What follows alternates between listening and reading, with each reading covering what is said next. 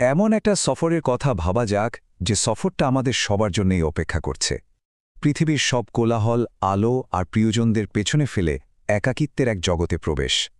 এই বিশেষ বিশ্লেষণে আমরা জানব সেই সফরের প্রথম মঞ্জিল, অর্থাৎ কবরের প্রথম রাতে ঠিক কী ঘটে, যখন একজন মানুষের পাশে তার আমল ছাড়া আর কিছুই থাকে না। নবীজির এই একটা কথাই কিন্তু আমাদের পুরো বিষয়টা পরিষ্কার করে দেয়। কবর এটা শুধু একটা মাটির গর্ত না, এটা হলো পরকালের জীবনের গেটওয়ে বা প্রবেশদ্বার।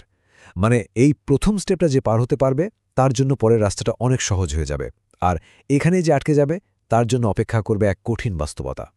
তো চলুন এই যাত্রাটা ঠিক কোথা থেকে শুরু হয় আর কিভাবে শেষ হয় সেই পুরো প্রক্রিয়াটা একটু কাছ থেকে দেখা যাক। মানে মৃত্যুর পর থেকে কবরে যাওয়ার আগ পর্যন্ত কি কি ঘটে। এই হাদিসটা আমাদের এক কঠিন বাস্তবতার সামনে দাঁড় করিয়ে দেয়। ভাবুন তো একবার, যখন দাফন শেষ করে আপনজনেরা ফিরে আসছেন, তখন কবরের ভেতর মানুষটা একেবারে একা। তার সারা জীবনের জমানো টাকা, বাড়ি গাড়ি, ক্ষমতা কিছুই সাথে যায় না। সাথে থেকে যায় শুধু একটাই জিনিস, তার নিজের করা কাজ, অর্থাৎ তার আমল। মৃত্যুর পরের ঘটনাগুলো আসলে খুব দ্রুত ঘটতে থাকে। দেখুন, প্রথমে আল্লাহর হুকুমে মৃত্যুর ফেরেশতারা এসে রূহ বা আত্মা কবজ করে নিয়ে যান। এরপর হয় জানাজার নামাজ, যেটা আসলে মৃত ব্যক্তির জন্য জীবিতদের পক্ষ থেকে শেষ বিদায় আর দোয়া। আর সবশেষে দেহটাকে মাটির ঘরে শুইয়ে দেওয়া হয়, যা আমাদের সবার আসল ঠিকানা, কবর। এই মুহূর্তটা একবার কল্পনা করার চেষ্টা করুন তো।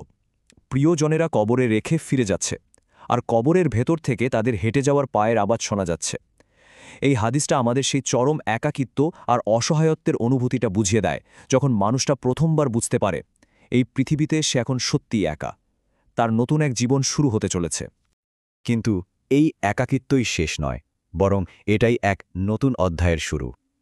এর পরপরই শুরু হয় সেই রাতের আসল পরীক্ষা, একটা ইন্টারোগেশন, যার মুখোমুখি প্রত্যেকটা রুহকে হতে হবে। আর সেই পরীক্ষার জন্যই আমাদের সবার প্রস্তুতি নেওয়া দরকার। পরীক্ষার প্রথম ধাপটা হল কবরের চাপ।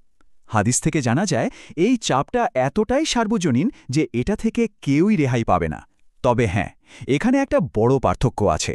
একজন ঈমানদার বা বিশ্বাসীর জন্য এই চাপটা হবে ঠিক যেন মায়ের স্নেহের আলিঙ্গনের মতো, খুব কোমল। আর অন্যদিকে একজন পাপী বা অবিশ্বাসীর জন্য এই চাপটা হবে এতটাই ভয়াবহ যে তার পাঁজরের হাড়গুলো পিষ্ট হয়ে একটার ভেতর আরেকটা ঢুকে যাবে। কবরের এই চাপটা একটু হালকা হওয়ার পরেই আসেন দুজন বিশেষ ফেরেশতা, মুনকার এবং নাকির। ইসলামিক বর্ণনা অনুযায়ী তাদের দেখতে কিছুটা ভীতি জাগানিয়া। তাদের কাজ হল মৃত ব্যক্তিকে জীবনের সবচেয়ে জরুরি ৩টে প্রশ্ন করা, আর এই ৩টে প্রশ্নের উত্তরের উপরেই কিন্তু নির্ভর করবে তার অনন্তকালের ভাগ্য। তাদের করা প্রথম প্রশ্নটা হবে সবচেয়ে সহজ কিন্তু সবচেয়ে কঠিন। তারা জিজ্ঞেস করবেন, মান রাব্বুকা, অর্থাৎ তোমার রব কে। এই একটা প্রশ্নই বলে দেবে যে মানুষটা তার জীবনটা কার সন্তুষ্টির জন্য কাটিয়েছে। এরপরই আসবে দ্বিতীয় প্রশ্ন, জীবন ব্যবস্থা নিয়ে। ফেরেশতারা জিজ্ঞেস করবেন, মা দিনুকা, মানে তোমার দিন বা জীবনবিধান কী ছিল। এই প্রশ্নটা যাচাই করবে সে কোন আদর্শ মেনে তার জীবনটা চালিয়েছে। আর সবশেষ প্রশ্নটা হল মান নাবিয়ুকা, অর্থাৎ তোমার নবী কে ছিলেন। যে মানুষটা ঈমানের সাথে জীবন কাটিয়েছে সে আল্লাহর সাহায্যে খুব দৃঢ়তার সাথে উত্তর দেবে, আমার রব আল্লাহ, আমার দিন ইসলাম, আর আমার নবী মুহাম্মদ সাল্লাল্লাহু আলাইহি ওয়াসাল্লাম। কিন্তু যে পাপী বা অবিশ্বাসী সে ভয়ে কাঁপতে কাঁপতে শুধু বলবে, হায় আমি তো কিছুই জানি না, আমি তো শুধু মানুষ যা বলতো তাই শুনতাম আর বলতাম। তো এই ৩টা প্রশ্নের উত্তরের ওপর ভিত্তি করেই নির্ধারিত হয়ে যাবে কবরের বাকি জীবনটা কেমন হবে, শান্তিতে কাটবে নাকি কষ্টে। ভাবুন, একই মাটি, একই গর্ত, কিন্তু দুজনের জন্য অভিজ্ঞতাটা হবে একেবারে আকাশ পাতাল ভিন্ন। এক কথায় যদি বলি তাহলে একজন বিশ্বাসীর জন্যে কবরটা হয়ে যাবে জান্নাতের একটা বাগানের মতো, আর একজন পাপীর জন্যে সেটা পরিণত হবে জাহান্নামের আগুনের একটা গর্তে। চলুন পার্থক্যটা ঠিক কতটা বড় সেটা একটু বিস্তারিত দেখি। একজন ঈমানদারের জন্য তার কবরকে চোখ যতদূর যায় ততখানি প্রশস্ত করে দেওয়া হবে। জান্নাতের সুগন্ধি বাতাস দিয়ে তার কবরটাকে ভরিয়ে দেওয়া হবে, আর একটা জানালা খুলে দেওয়া হবে যেখান থেকে সে জান্নাতে তার নিজের বাড়িটা দেখতে পাবে। অন্যদিকে একজন পাপীর জন্য কবরটা এতটাই চেপে আসবে যে তার পাঁজরের হাড়গুলো চূর্ণ হয়ে যাবে।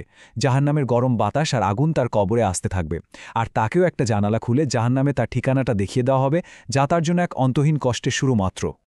এই ভয়াবহ পরিণতির কথা শোনার পর মনে একটাই প্রশ্ন জাগে, তাহলে এই কঠিন রাতটার জন্য প্রস্তুতি নেওয়ার উপায়টা কি?